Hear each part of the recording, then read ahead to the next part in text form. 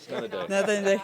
Another great day. Yeah, You need the clean well, look. November's Yeah. over. We raised our money. Now it's great day. You didn't want to wear your own hat today. Yeah, no, you gotta stay humble. You gotta stay humble for sure. Dilly, let's just start. I mean, 1,000 games is a huge accomplishment. Once you step on the ice tonight for that, what do you sort of think about right now? Lots and just the season's been so crazy this year. It's hard to really reflect too much, but I'm sure there'll come a time where it'll be nice to just sit back and just the people that have helped me along the way.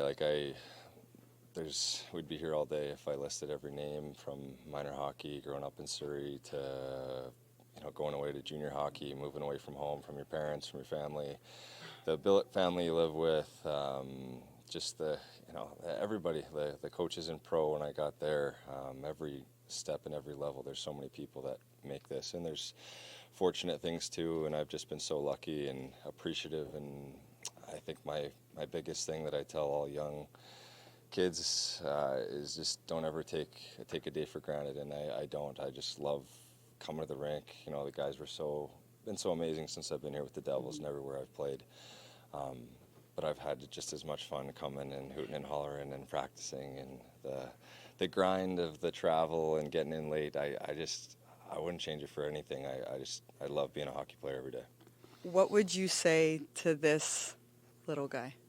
Oh yeah. Here, you can take him. Oh yeah. What would you say to that little guy? Well, my dad's got the wrong jacket on there. I know, he does have a Leafs jacket on, but what would you say to he's- this little guy about where you are today? Yeah. Sorry, didn't mean to do it. Yeah. Just wanted to get one. Yeah, it's all right. Yeah. Just Want to play one game. Yeah. That's it. just. I'm so sorry. Yeah, no, I'm so happy. I'm just happy, excited. So thankful to playing the best league in the world, and from every coach I've had to player to teammate, it's been awesome. I'm really sorry. I didn't mean to do that. I don't even remember what I was going to say now, but how much did, being undrafted, every time, we just talked to Luke and he said it's just so remarkable that someone like Dilly went undrafted and got to where you are today. I mean, is that about a chip on your shoulder that no matter how many games you play, sounds like...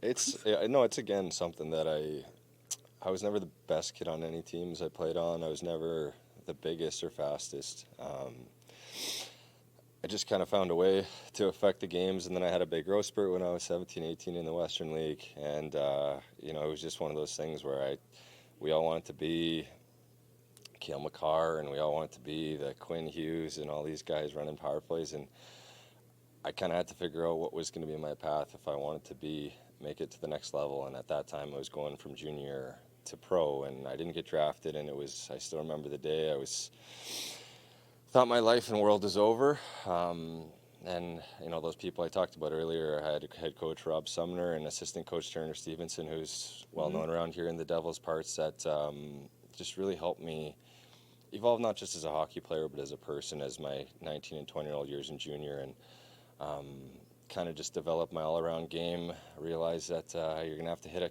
few people, maybe fight a few people, and here we are almost 20 years later, and just very, very fortunate. And again, wouldn't change it for the world. All the hardships and tough days, it's really hard to say you've had a bad day when you're playing this league. So if you didn't choose Makar or Quinn Hughes, would you choose Ken Danico or what? Yeah, I mean, he was my next one that I want to be. Especially being in Vancouver and growing up, I still remember the Ed Jovanovskis and the Matthias Hollands. Those are guys that not all the time were they getting all the accolades, and I've tried to pride myself on being, kind of in a Batman and Robin partnership, more of the Robin guy. I've had so many amazing D partners, just D cores that I've been a part of, and especially at a young age to kind of learn what it was like to, whether it was, mentor your younger D partner or your whatever it was, and I think I'm just trying to repay that now. We've got a bunch of young studs coming up, and they keep me having fun every day at the rink, and it's just the best. For the acknowledgement you give to others who have helped you along the path, but you had to take advantage of it too. Like you had to put a lot of hard work in to go from an undrafted player to 1,000 games. What was that work like? Well, I'd like to think, I earned as much as I earned everything. I had to play better than the first round pick. That was my year. I had to play better than the guy trying to earn my spot. And that was something I was told at a young age too, was, you don't just want to get there, you want to stay there. And that kind of stuck with me too. Was I remember playing my first game against St. Louis Blues. It's right at the end of the year, and going through that summer, it's, when you hear when guys win the Stanley Cup, and you always hear, I'm hungry for another one. And, I, to a way lesser degree, but I just wanted my second game, my third game, and, to get a taste of what NHL playoffs would be like, to get a taste of what, playing, into long into the playoffs is like. And it's just every experience I've had. I don't know. I don't think I can write a book, but I've just loved every minute of it. All the the rookie dinners you have, the early mornings, the long travel, the nights with your teammates and dinners, those types of things. The games themselves are only a part of it. What's the fine line for you as you were progressing up the ladder of wanting to earn respect, but being the bulldog on the ice? There's a fine line there, but you seem to have accomplished both. Yeah, I tried to. That was kind of the fine line you talked about, where you want to be hard to play against, and that has to start in practice. But at the same time, you don't want to be a guy in the locker room that nobody wants to hang out with, or nobody wants to go to dinner with, or it's just something that you kind of, as you go year to year, find that line, and that's all I've really wanted to do from being undrafted to, is just try to earn respect. And I think that starts every day in practice. It starts in training camp at the beginning of the season. It starts in your first off-season workout, off-season ice session, and I take a lot of pride in that stuff too, and take care of myself away from the rink. And it's hard, it's hard. And then you throw a couple kids into the mix, and maybe that 30-minute stretch session you want to get turns into an extra 30-minute bedtime routine for them. But that evolution too, from you're a single guy, young, you go home, you got all day to watch video games and order DoorDash, and then you evolve and kind of find that balance. And I think that's the best part too of being very fortunate to be around here for 1,000 games, is that life progression too, away from the rink. That I'm just very fortunate and happy, and the hockey part, hockey's given me everything. It really has. I think to what I'd be doing if I wasn't playing hockey, I think that was something that also helped me through those not getting drafted in the Western League, not getting drafted in the NHL. Was just, I couldn't imagine myself doing anything but being a hockey player, and I just wasn't going to stop or be denied. I was going to ask you too, and I think you touched on this a little bit, when it actually clicked for you, when you said that I can do this. Was it with Turner and with the coaching staff there and that kind of thing? You don't realize how good major, junior, or the college level hockey is until you really are maybe at this level, and you see the guys come in and you're like, geez, those are pretty good leagues. And I remember at the time when I was 17, 18, we had a bunch of first round picks in Seattle and the Thunderbirds, and I remember going through practices and kind of almost having that, I feel like I can skate, kind of like these guys. I feel like, I don't know, we're eating the same food. I feel like it's kind of like, why can't I be one of those guys? And as that progression went, they're only 4 years, but they're long 4 years, and you grow up a lot from, age 16 to 20. And I just, as you said, the Turner Stevensons, Rob Sumners, Russ Farwell was the GM at the time for all my 4 years. Those conversations about, evolving, not just, growing up and staying in for curfew, but, you got to find your way as a player. You got to find what role you're going to have. How is this going to translate to the pro level? And I took that seriously because, the sooner you can realize that, maybe I can't be that $8, $9, $10 million guy, but I can find a role and try to be the best that I can at that role. I think I've done all I can to try and do that for these last 14 years, and I just continue having fun doing it. Thank you, Dilly. Thank you, guys. Luke, first of all, let's address the hat that you got going on here. Your friend, your teammate, Brenden Dillon, about to play 1,000 games. Can you just talk to me about your relationship with him and what he's really meant to this group? Yeah, I mean, he's an unbelievable person, and he fits in unbelievably in our team, and Just his style of play, his physicality, and what he brings to our decor is huge. And then just as a person, I think he's one of my really good friends. And it's funny saying that when I'm 22 and he's 34, but to play 1,000 games in this league is such an honor, and especially for an undrafted guy. I think he takes a lot of pride in that, and he's just a really special person. I'm really happy for him, and really excited to be a part of it. Yeah. Can you wrap your head around that many games? Could you even I don't know. remotely? Even... I don't know. I think that's a long ways away, but yeah. I mean, it's a testament to his career and how hard he's worked over the years, and I'm just lucky to be a part of it and be on his journey, and it's gonna be a special night for him. I think one of the things that's so unique, or maybe so privileged to be a part of with him, is you were talking about just how great a guy he is off the ice, just how humble, how kind. But when he goes on the ice, it's almost like that switch goes off. Yeah, it's really funny. Me and Jack always joke with him. When he was in Winnipeg, you watch out for a guy like that on the ice, and then, you meet him in person, and he becomes your teammate, and you're like, what am I watching out for?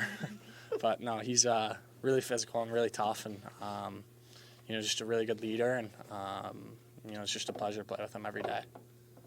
Is that the cut from the high stick that you allegedly did not get the other night? Yeah, it is. Yeah. So. Did you say anything? I mean, it seemed pretty obvious to me. I was cut, but at the end of the day, the refs have a really, really tough job, and they do a great job. And obviously that was a missed call, but it's a tough game, and it's hard to see everything. So, it sucks in the moment, but at the end of the day, everyone has their job to do, and it happens. So. You and Nemo have been paired together. As two young guys, do you feed off? Is that youthful exuberance feed off each other? Yeah, I think so. I think you see it in the offensive zone. We kind of feed off each other, and work really well together. Just got to clean up our rush game and a couple things, and try not to give up anything. So that's the challenge. But I think there's parts of our games that we really like together. Can you indicate what a couple of those things are you want to improve on? Yeah, we can't be giving up goals. So those are the main ones. But what leads up to it? Sure, nobody wants to give up a goal. Breakaways and odd man rushes. Knowing when to get out and where each other are, and especially with two offensive-minded guys.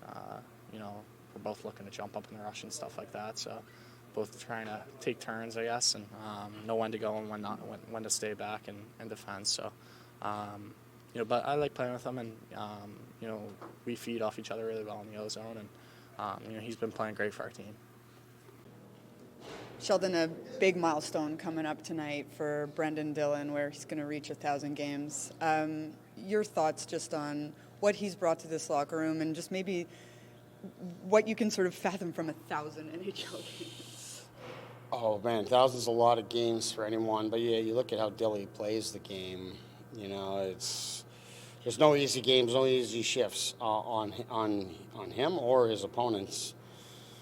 Just the way that he plays. So just an incredible accomplishment to get there. And then, even specifically with us, he had a really bad injury in the playoffs for us last year, and difficult offseason to recover and surgery. And for him to come into training camp as prepared as he was, and then to get right here to 1,000 games without disruption, considering what he's been through, it's just an amazing feat in itself. So he's a tremendous character, a tremendous person, and he is an ultimate competitor. Does whatever it takes to win, and he's an ultimate team guy. So tremendous opportunity for us to acknowledge him tonight. How important is someone like him and all the things that you've talked that he's been through, he also, being undrafted, is it for maybe some of your younger defensemen learning their way who came in differently, just to see what he's done and be a part of his experience as well? I think, as our league's gotten younger and younger, and players are able to come in and make such an impact at a young age, there's less and less guys that have this hard road, Billy has earned everything, Some guys earn it, when they're younger and the work they put in, and they end up, they're so talented that it's just sort of a red carpet and off they go. Billy has earned everything. So yeah, I'm certain that it means a great deal for he and his family just because of the road and the small part or small role we've played in his journey.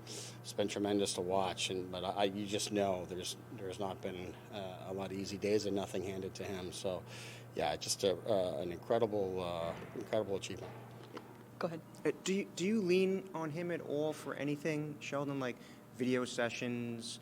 What are you thinking here for this particular play when you're going through some video on previous games? Like, can he offer you that kind of experience as well? What he offers, certainly, yeah. There's things that you can bounce off of him and ask him questions because he's seen a lot. He's played on different teams, different coaches, and he's seen so much in the league.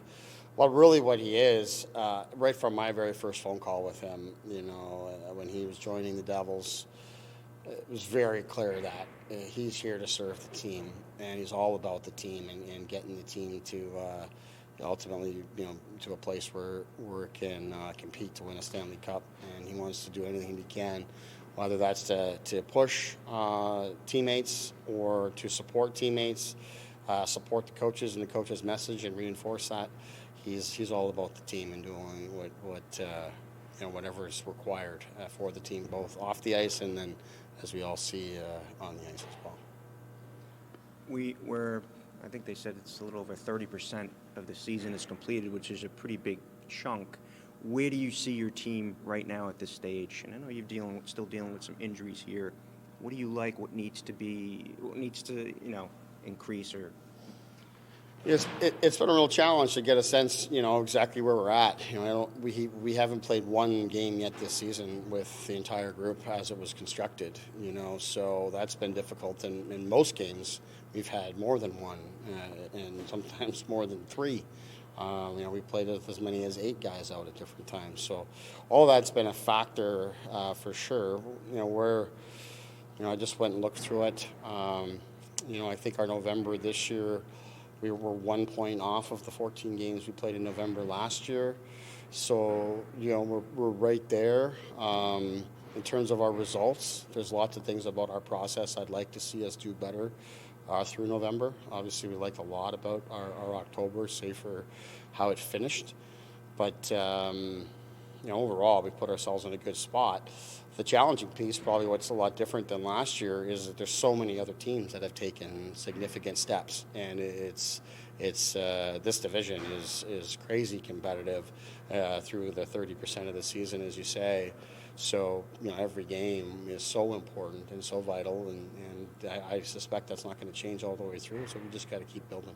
One of the things we talked about last game was just the pairing of Luke and Nemo, and how important is it to maybe give them the opportunity to stick together and work through those things together, maybe more so on the defensive side of the puck? Yeah, that's a big part of it. You want to show belief in young players, especially when you've got players out like we do. We bounced around different ideas, and just didn't really like a lot of the other mixes that come up, and we've seen a ton of great things from those guys together. It's easy to split them up and make some changes in the game if we feel that's required. But yeah, it's almost a bit of a challenge to young guys is to, hey, let's keep doing some good things on offense, but let's be great defensively. The thing that you lose in all of this is 2 young guys that have played a lot of minutes. Our game the other day was a back-to-back. Maybe, we think that was a significant factor as well, coming off a day off yesterday and get right back to it. But we've liked a lot of what we've seen, and I watch a lot of the things that went bad for them. There's a lot of things there that the forwards could do a lot better to help support them more. So you're trusting that it kind of snaps back into place here today, but we'll be monitoring it. I don't know if this is possible, but you would know much better than I. Is Nico Hischier playing an even better game this year than he did last year, your first season as coach? I don't know if I'd say that. He played some incredible hockey last season. He's a great player. I think he's set a great standard. I wouldn't say he's playing below that. He's just still taking on lots. Obviously, he's feeling real good right now in terms of his offensive contributions that are finally come around for him. But as I've said many times. I don't give him many easy shifts, and he takes on a lot, and then that gets amplified even more so with Jack being out, and he hasn't missed a beat. Is Cholowski coming back in the lineup? Yeah, Cholo's coming in. I think Whitey's done a really good job for us. As I think I've talked about before, with Whitey, we really like what we get defensively, and with Cholo, we think we get some better puck movement and stuff like that, and I think we've really taken a step back in that area as a team. But also, I think it's important, much like I talked to Cholo about, when you're not an everyday player in the NHL and you're playing every day, it can be hard. So sometimes just giving guys a little bit of time off and kind of a reset can help them going forward. So I think at this point it's just important to keep everybody moving and utilize the depth. Can you confirm your starting goaltender? Jake Allen tonight. Thank you, Sheldon.